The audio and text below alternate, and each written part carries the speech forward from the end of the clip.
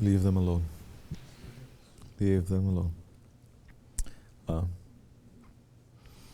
If someone is really sick,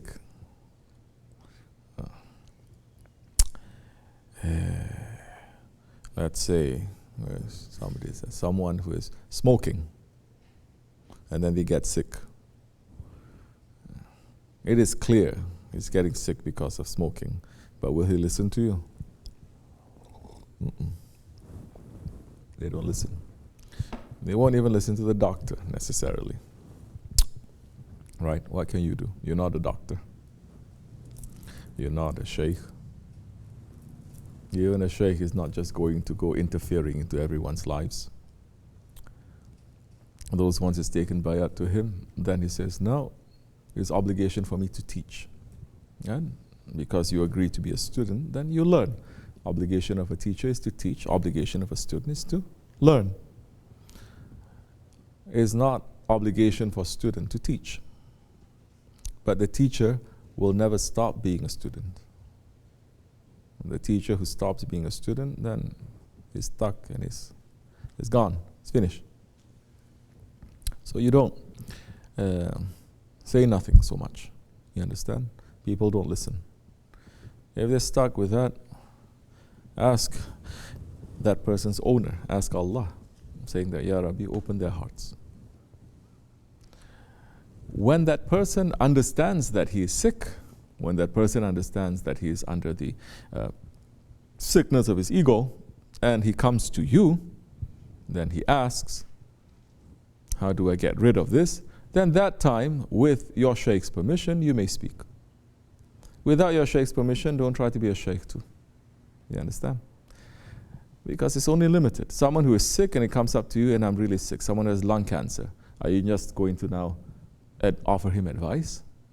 As if you are, what? A lung doctor. You're not, because you're not a lung doctor, right? So you don't. In fact, the best thing that you can do is you say, I should refer you to a lung doctor.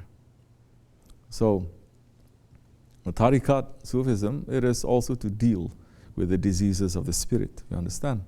Understanding the veils that is separating between you and Allah and taking away those diseases. You have the Shaykh that is in front of you, understanding that he is a doctor. Sometimes he may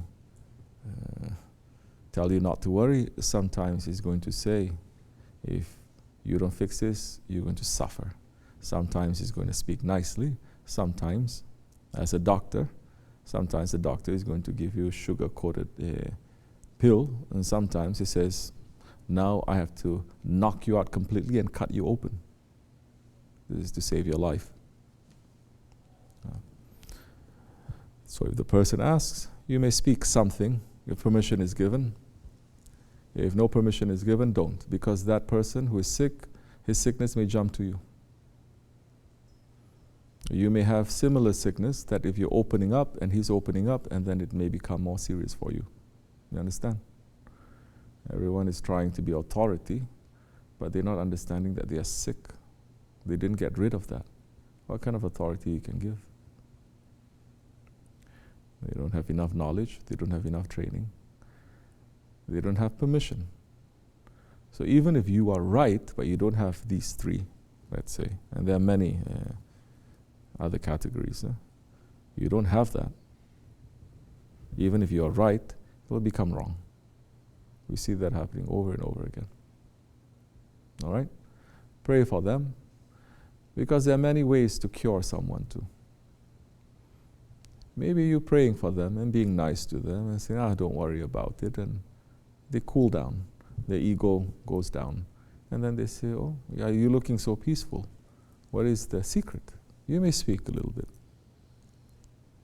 Because this world does not give anyone peace. It doesn't.